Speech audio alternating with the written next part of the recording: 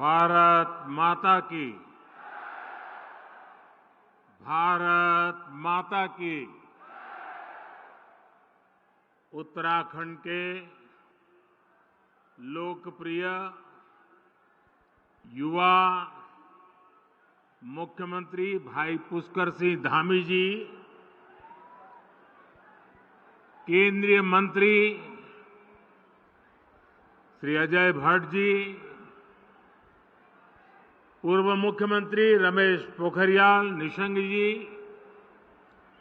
राज्य भारतीय जनता पार्टी के अध्यक्ष महेंद्र भट्ट जी, उत्तराखंड सरकार के मंत्री, सभी सांसद, विधायक, अन्य महानुभाव और देवभूमि के मेरे प्यारे परिवारजनों,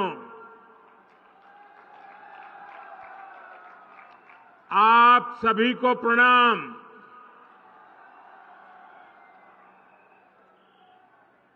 आज तो उत्तराखंड ने कमाल कर दी है जी।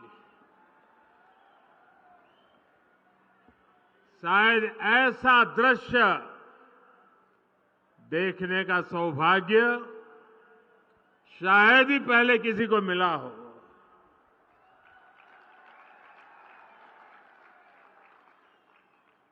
आज सुबह से मैं उत्तराखंड में जहां गया, अद्भुत प्यार,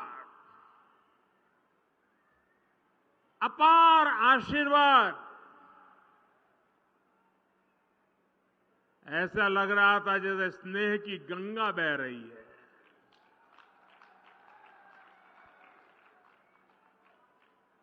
आध्यात्म और अप्रतिम शौर्य की इस धरा का मैं वंदन करता हूं। वीर माताओं को विशेष रूप से वंदन करता हूं। जब बद्रीनाथ धाम में जय बद्री विशाल का उद्घोष होता है तो गढ़वाल राइफल्स के वीरों का जोश बढ़ जाता है। जब गंगोली हाट के कालिका मंदिर की घंटियां जय महाकाली के जयकारों से गूंजती है तो कुमाऊं रेजिमेंट के वीरों में अदम्य साहस का संचार होने लगता है। यहां मानसखंड में बागेश्वर, बैजनाथ, नंदा देवी, गोलू देवता, पूर्णागिरी, कसार देवी, कैची धाम, कटारमल, नाना कमता, रीठा साहिब, अनगिनत देव स्थलों की श्रृंखला का वैभव हमारे पास बहुत बड़ी विरासत है। राष्ट्र रक्षा और आस्था की इस तीर्थ भूमि पर मैं जब जब आया हूं, जब भी आपका स्मरण किया है, मैं धन्य हो जाता हूं।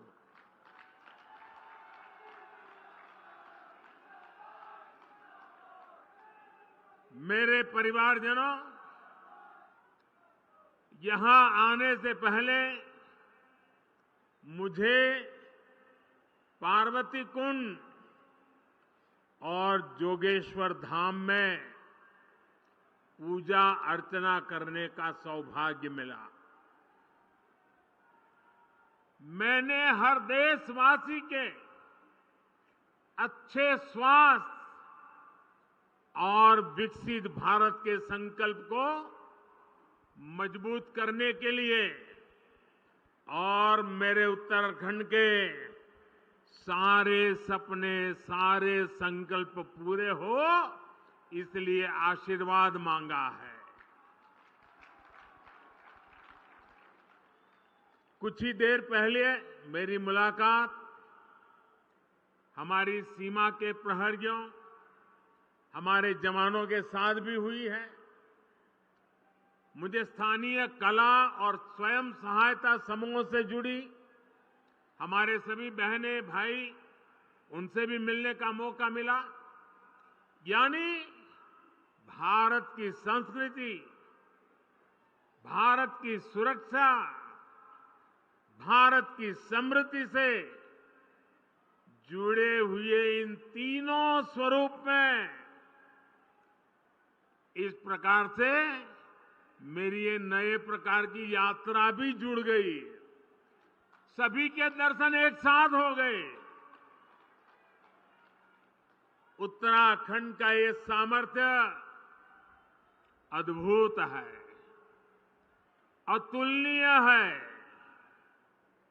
इसलिए मेरा विश्वास है और ये विश्वास मैंने बाबा केदार के चरणों में बैठ करके व्यक्त किया था।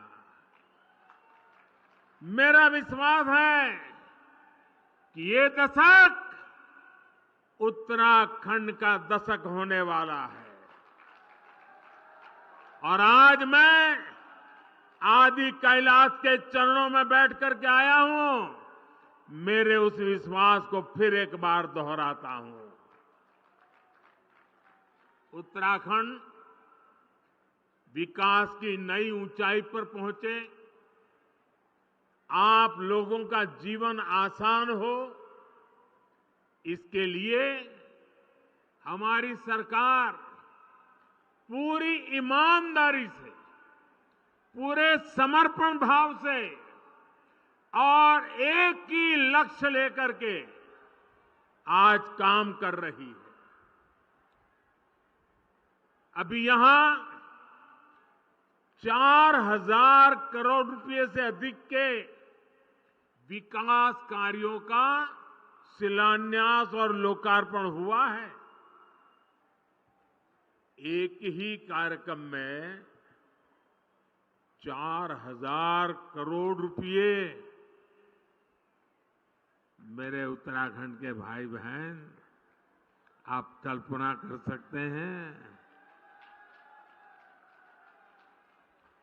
मैं आप सभी को इन परियोजनाओं के लिए बहुत बहुत बधाई देता हूं।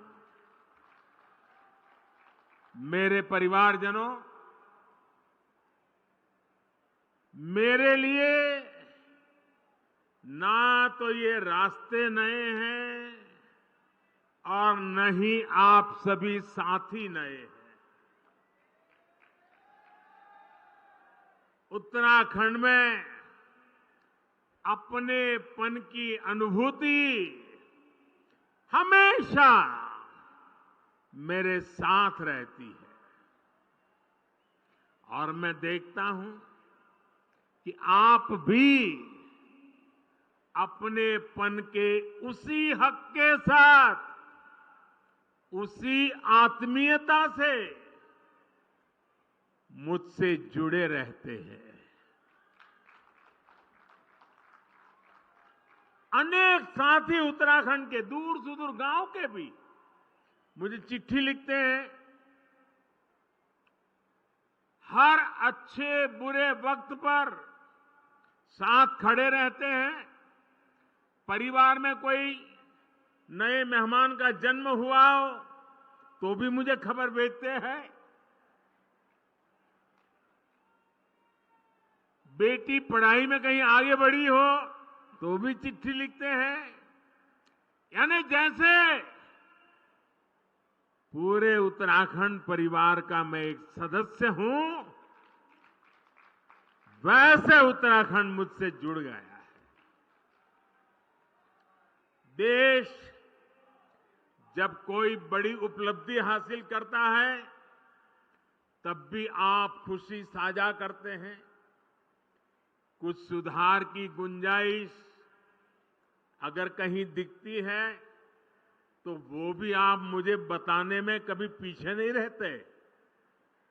हाल ही में देश ने लोकसभा और विधानसभा में महिलाओं के लिए 33% सीटें आरक्षित करने का बहुत बड़ा ऐतिहासिक फैसला लिया है।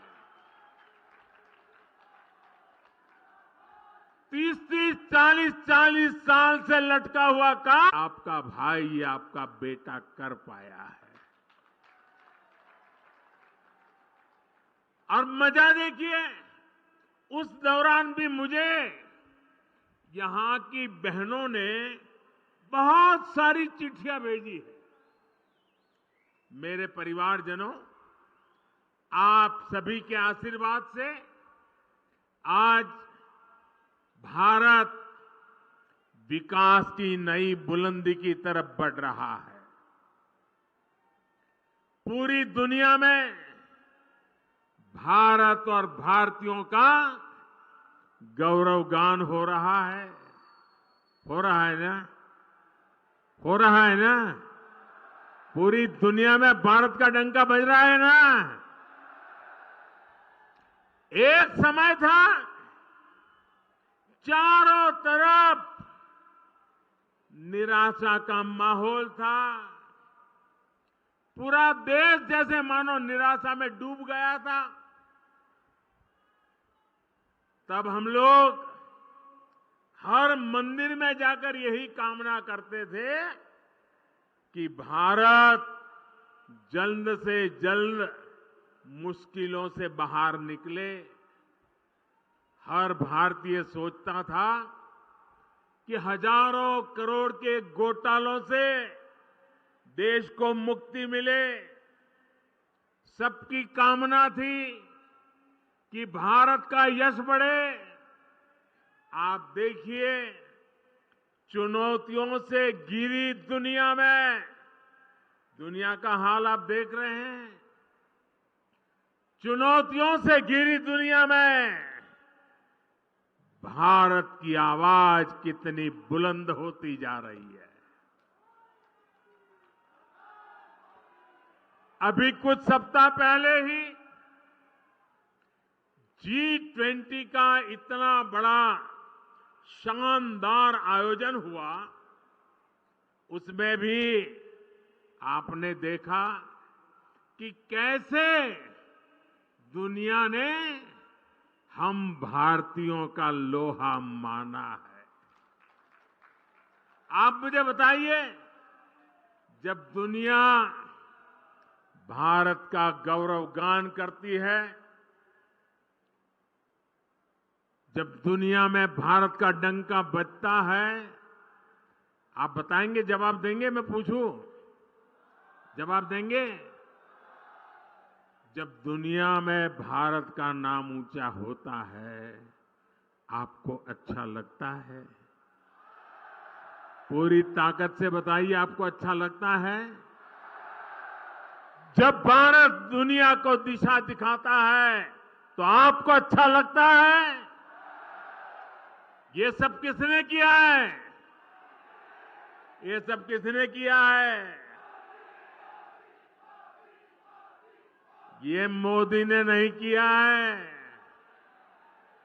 ये सब कुछ आप मेरे परिवारजनों ने किया है। इसका यश आप सब जनता जनार्दन को जाता है। क्यों? याद रखिए क्यों? क्योंकि आपने 30 साल के बाद दिल्ली में स्थिर और मजबूत सरकार बनाकर मुझे आपकी सेवा करने का मौका दिया।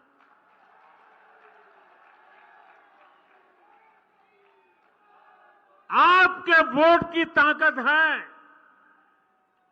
जब मैं दुनिया के बड़े बड़े लोगों से हाथ मिलाता हूं ना, आपने देखा होगा अच्छों से हो रहा है मामला। लेकिन जब मैं हाथ मिलाता हूं ना, तो बराबर आंख भी मिलाता हूं।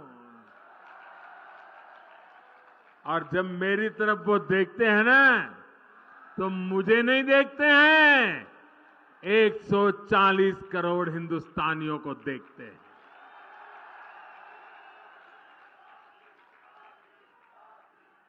मेरे परिवारजनों, दूर सुदूर पहाड़ों पर देश के कोने कोने में जो लोग रहते हैं, हमने उनकी भी चिंता की।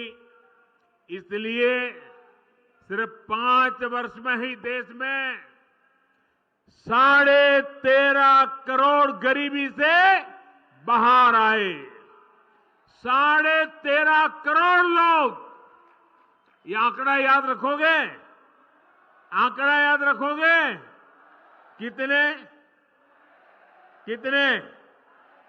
13.5 करोड़ लोग गरीबी से बाहर 5 साल में आना, ये अपने आप में दुनिया अचरज कर रही है। ये 13.5 करोड़ लोग कौन है? इनमें से बहुत सारे लोग आपकी तरह ही पहाड़ों में रहने वाले हैं, सुदूर इलाकों में रहते हैं। ये 13.5 करोड़ लोग इस बात का उदाहरण है कि भारत अपनी गरीबी मिटा सकता है। साथियों, पहले नारा दिया जाता था गरीबी हटाओ, मतलब आप हटाओ, उन्होंने कह दिया गरीबी हटाओ। मोदी कह रहा है हम मिलकर के गरीबी हटा के रहेंगे। हम ओनरशिप लेते हैं, जिम्मेवारी लेते हैं और जी जान से जुड़ जाते हैं। आज हर क्षेत्र, हर मैदान में हमारा तिरंगा ऊंचे से ऊंचा लहरा रहा है। हमारा चंद्रयान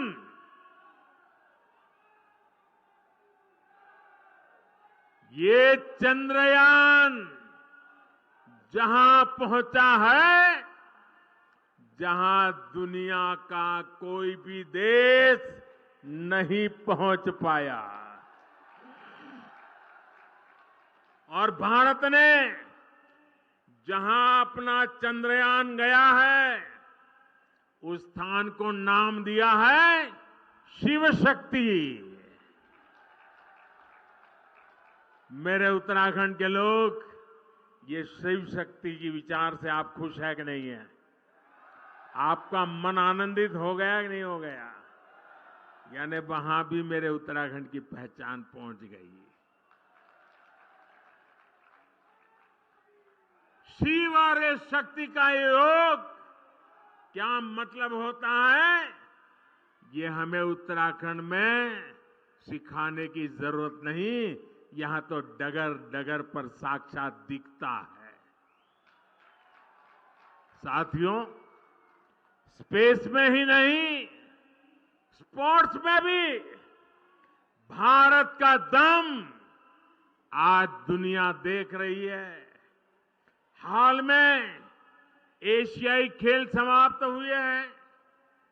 इसमें भारत ने इतिहास के सारे रिकॉर्ड तोड़ दिए हैं। पहली बार भारत के खिलाड़ियों ने सेंचुरी लगाई, 100 से ज्यादा मेडल जीतने का रिकॉर्ड बनाया। और आप जरा जोर से ताली बजाना। एशियन गेम्स में उत्तराखंड के भी 8 बेटे बेटियां अपना दमखम दिखाने गए थे।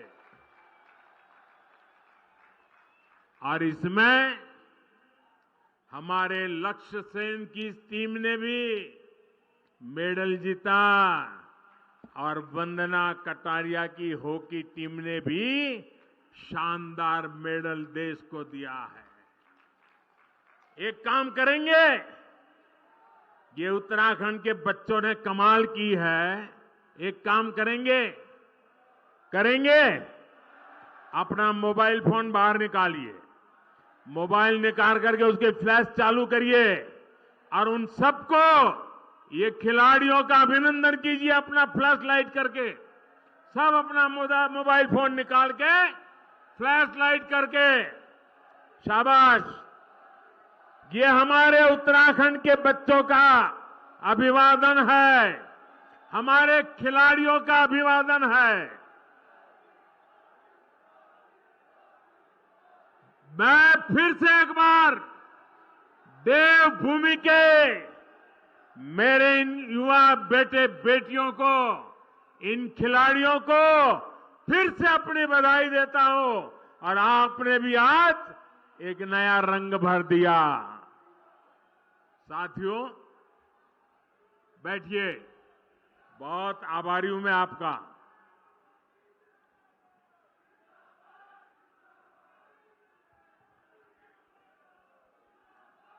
भारत के खिलाड़ी देश दुनिया में अपना परचम लहराए, इसके लिए सरकार खिलाड़ियों की पूरी मदद कर रही है। खिलाड़ियों के खाने पीने से लेकर आधुनिक ट्रेनिंग तक सरकार करोड़ों रुपए खर्च कर रही है। ये तो सही है, लेकिन एक उल्टा भी चल रहा है। सरकार तो कर रही है, लेकिन लक्ष्य का जो परिवार है ना, और लक्ष्य जो है वो मुझे हमेशा जब विजयी होता है तो आपकी बाल मिठाई लेकर के आता है।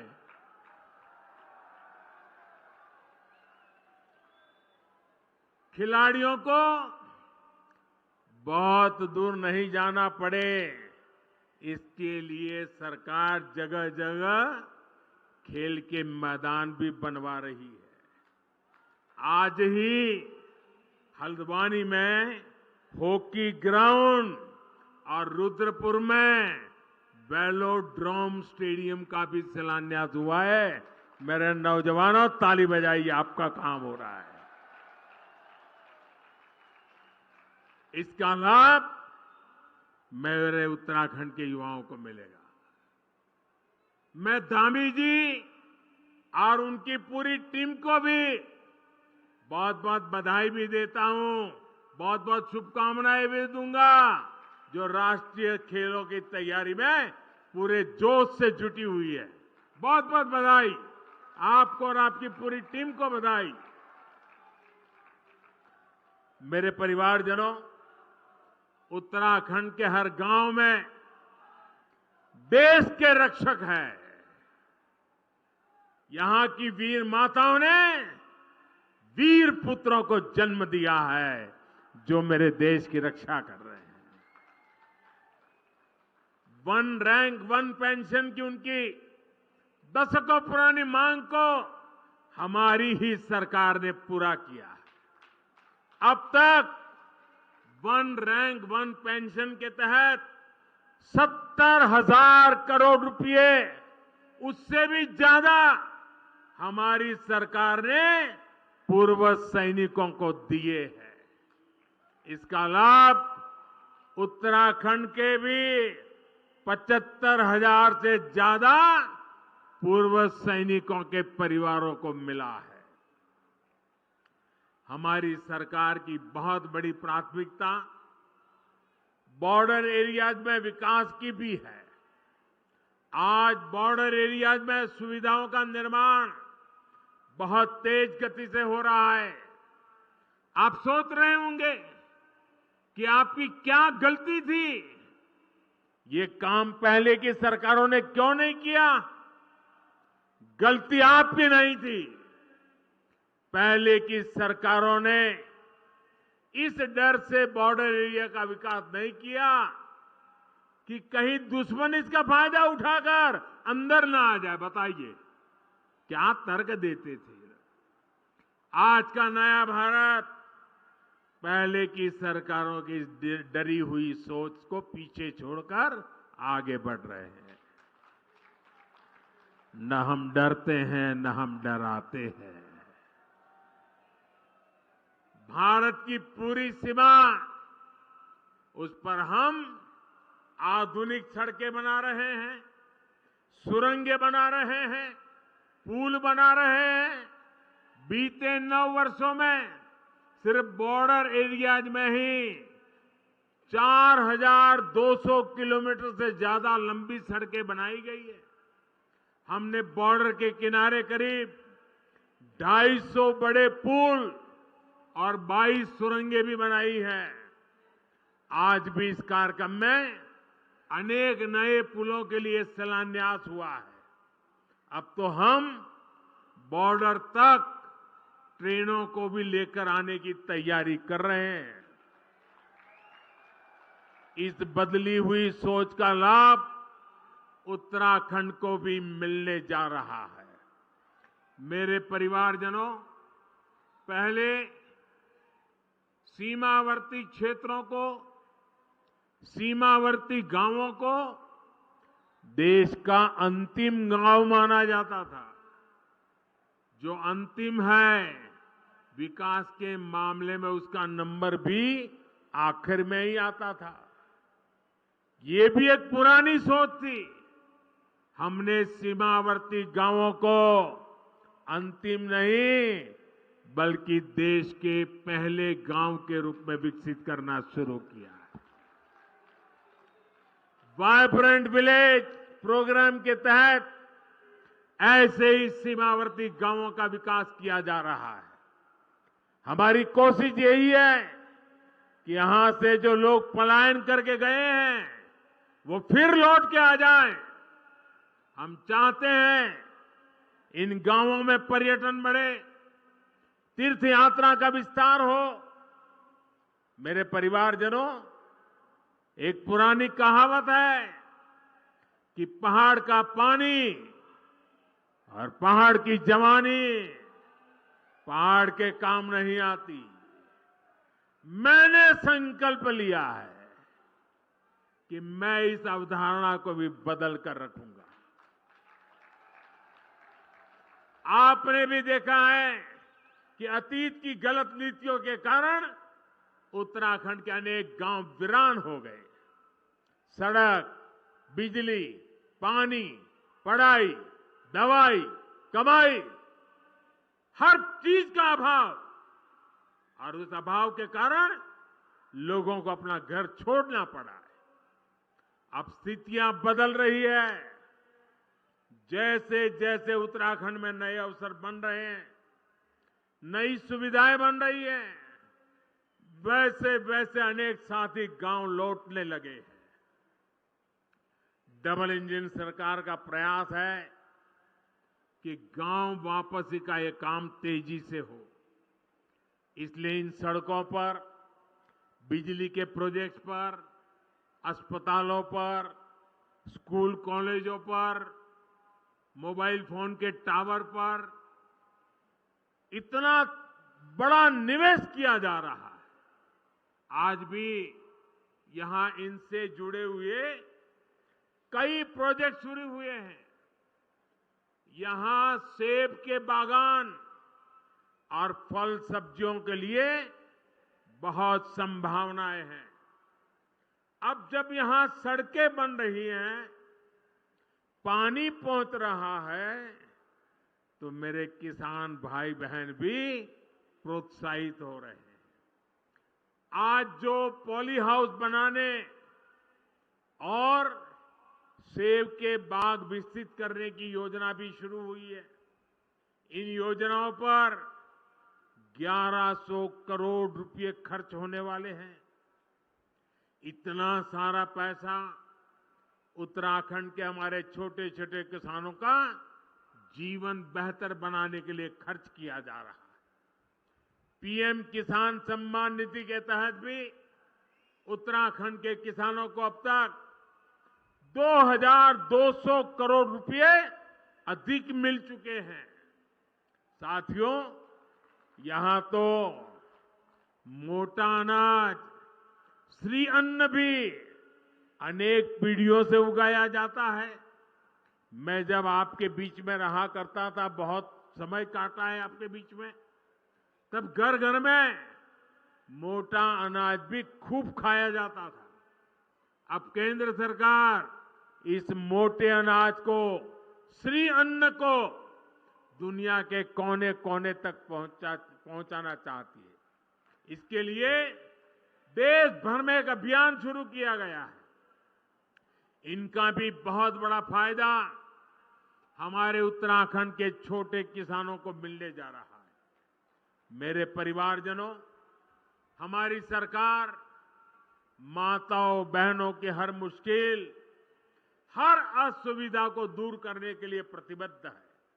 इसलिए हमारी सरकार ने गरीब बहनों को पक्का घर दिया।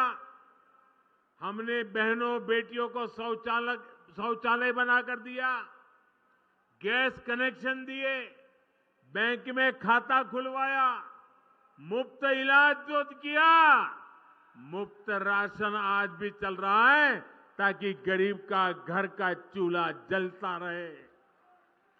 हर घर जल योजना के तहत उत्तराखंड में 11 लाख परिवारों की बहनों को पाइप से पानी की सुविधा मिल रही है।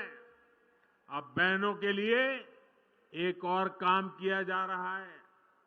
इस साल लाल किले से मैंने महिला स्वयं सहायता समूहों को ड्रोन देने की घोषणा की है।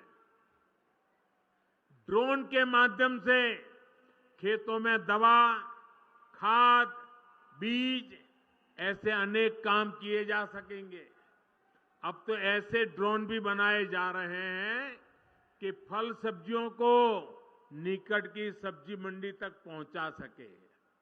पहाड़ में ड्रोन से दवाओं की डिलीवरी भी तेजी से करा सके।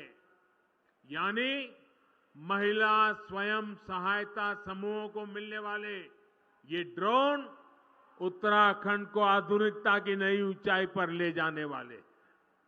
मेरे परिवारजनों, उत्तराखंड के तो गांव गांव में गंगा है, गंगोत्री है। यहां के हिम शिखरों में शिवजी और नंदा विराजते हैं।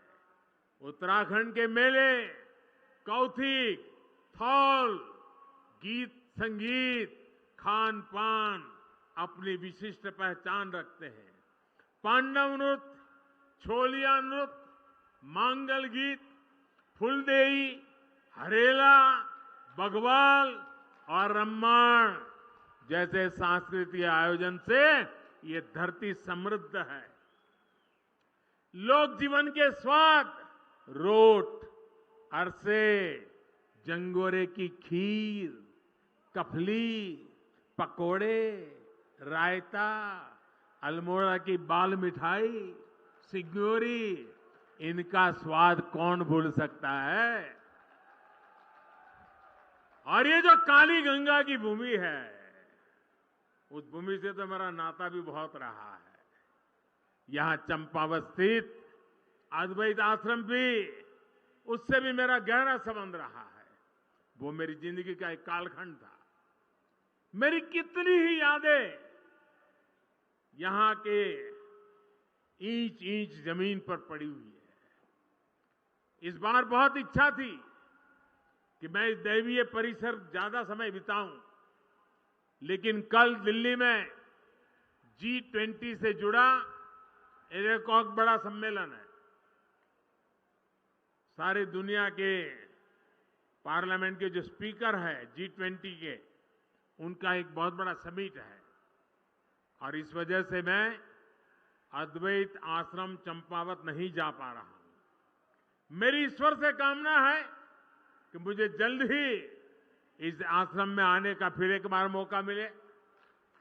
मेरे परिवारजनों, उत्तराखंड में पर्यटन और तीर्थ यात्रा के विकास से जुड़े डबल इंजन सरकार के प्रयास अब रंग ला रहे हैं। इस वर्ष उत्तराखंड में 4 धाम यात्रा के लिए आने वाले श्रद्धालुओं की संख्या 50 लाख के आसपास पहुंच रही है। सारे रिकॉर्ड टूट चुके हैं। बाबा केदार के आशीर्वाद से केदारनाथ धाम के पुनर्निर्माण से जुड़ा पहला चरण पूरा हो चुका है।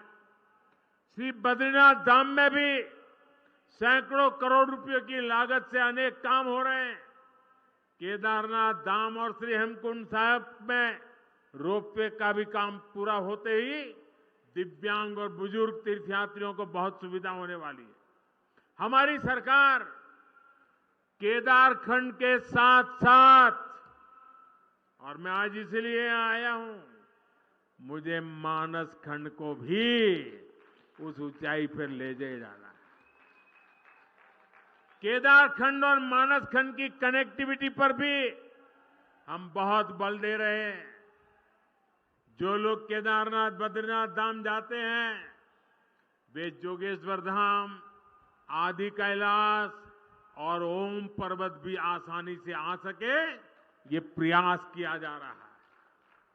आज जो ये मानस खंड मंदिर माला मिशन शुरू हुआ है, उससे भी कुमाऊं के अनेक मंदिरों तक आना जाना आसान होगा।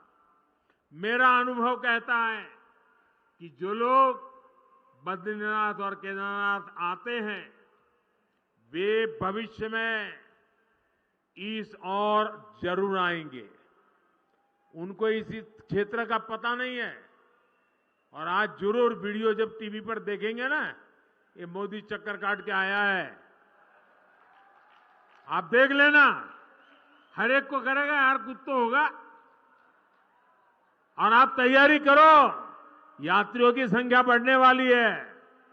मेरा मानस खंड धम धम होने वाला है जी। साथियों, उत्तराखंड की बढ़ती हुई कनेक्टिविटी यहां के विकास को नई ऊंचाई पर ले जाने वाली है। 4 धाम महापरियोजना से, ऑल वेदर रोड से आपको बहुत सुविधा हुई है। ऋषिकेश कर्णप्रयाग रेल परियोजना पूरी होने के बाद तो पूरे क्षेत्र का कायाकल्प हो जाएगा।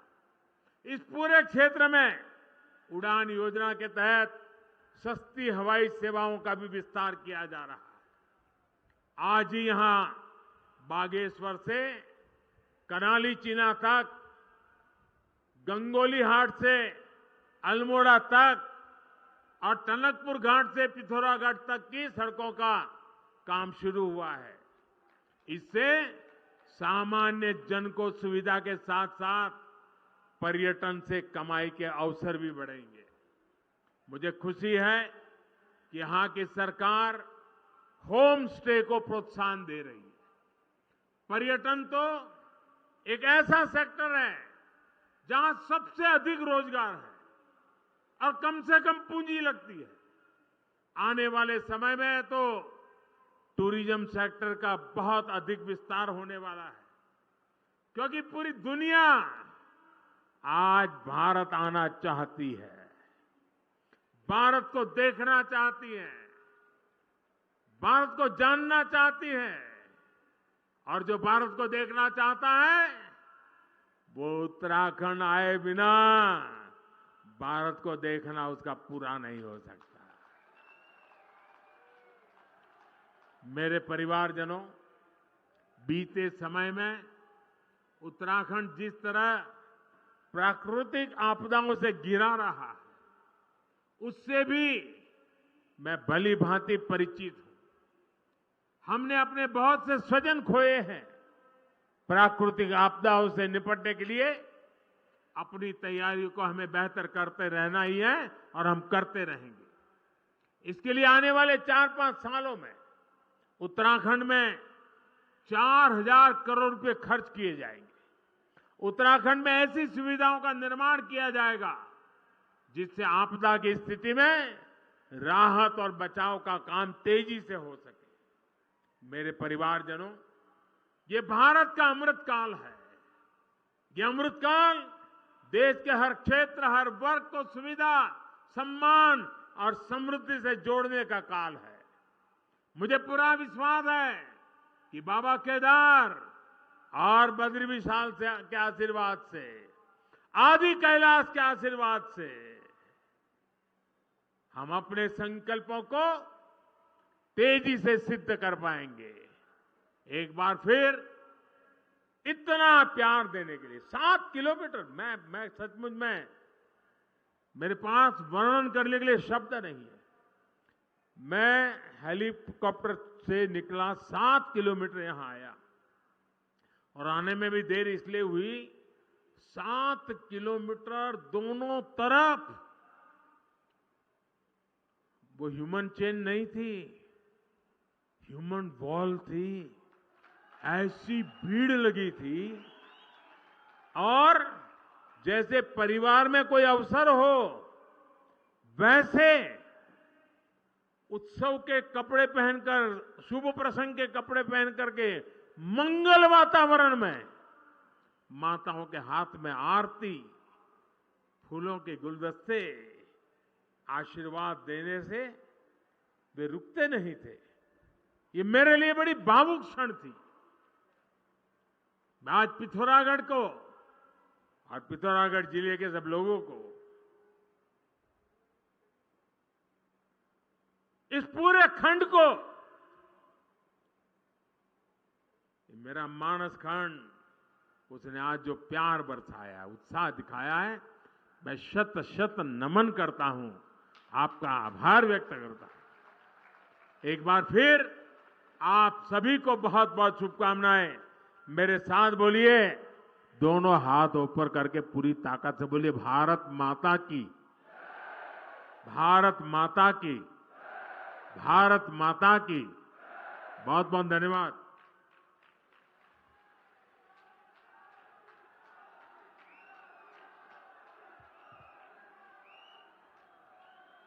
माननीय प्रधानमंत्री महोदय के प्रति कोटिशः कृतज्ञता हम ज्ञापित करते हैं।